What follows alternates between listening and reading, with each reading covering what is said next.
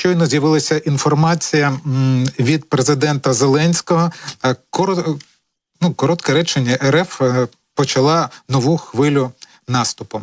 Це повідомив президент Зеленський. З його слів, станом на ранок просування ворога відбили артилерійським вогнем. Стосовно евакуації, про яку ми говорили, і стосовно цього просування і активації бойових дій ворога, власне, внаслідку відбулася евакуація із Вовчанської громади Харківщини. Там людей забирають через масований обстріл. Ви можете зараз на мапі бачити розташування цієї громади.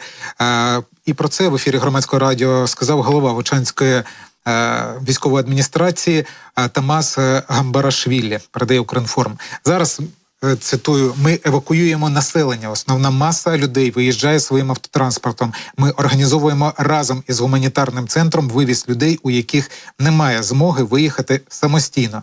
Разом із поліцією і волонтерами вивозимо із Вовчанська і найближчих населених пунктів. Надається житло в Харкові та інших регіонах, сказав посадовець.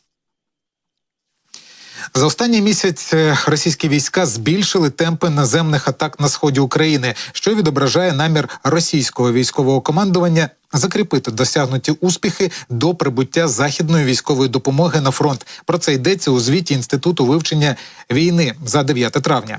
Водночас Міністерство оборони Великої Британії заявило, що з березня до квітня 2024 року кількість ворожих атак збільшилася на 17%, а понад 75% зафіксованих наземних атак відбулися на напрямках до Часового Яру, Авдіївки та Мар'їнки.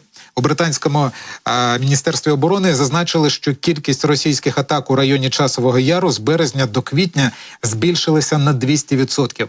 Своєю чергою речник оперативно-стратегічного угруповання військ «Хортиця» підполковник Назар Волошин повідомив, що кількість бойових зіткнень напередодні значно зросла з 84 на 8 травня до 146 на 9 травня. І зазначив, що більшість боїв відбувалася у зоні відповідальності угруповання «Хортиця».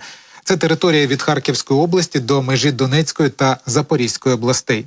Волошин припускає, що збільшення атак Російської Федерації є результатом того, що ґрунт висох після весняного грязьового сезону, і це сприяє швидкому механізованому маневру, і що російські сили намагаються скористатися слабкістю України, доки вона очікує прибуття західної допомоги. Тобто, по суті, підтвердив слова Інституту дослідження війни. Головне управління розвідки Міністерства оборони України попереджає про посилення ворожих інформаційно-психологічних кампаній, спрямованих на дестабілізацію та розкіл суспільства, і просить не піддаватися маніпуляціям, зберігати єдність і підтримувати один одного. ГУРМО застерігає перед новим вітком ворожих інформаційно-психологічних операцій та закликає до єдності українського суспільства.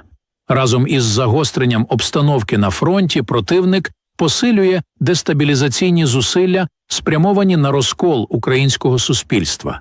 Зокрема, може використовувати для цього масові заходи, куди вкидає власні провокації, спроби російських інформаційних кампаній з використанням політичних гасел, що роз'єднують суспільство, паразитують на справжніх проблемах, але чимало з них спричинені агресією путінської Росії.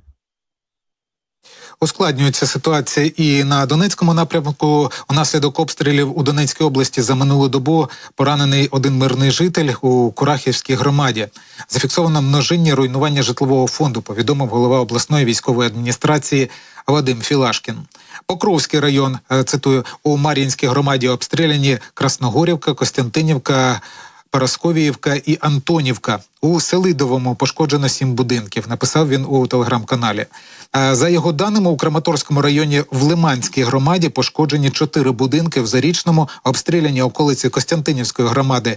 У Бахмутському районі у Часово-Ярській громаді пошкоджені 11 приватних будинків і 2 промислові будівлі.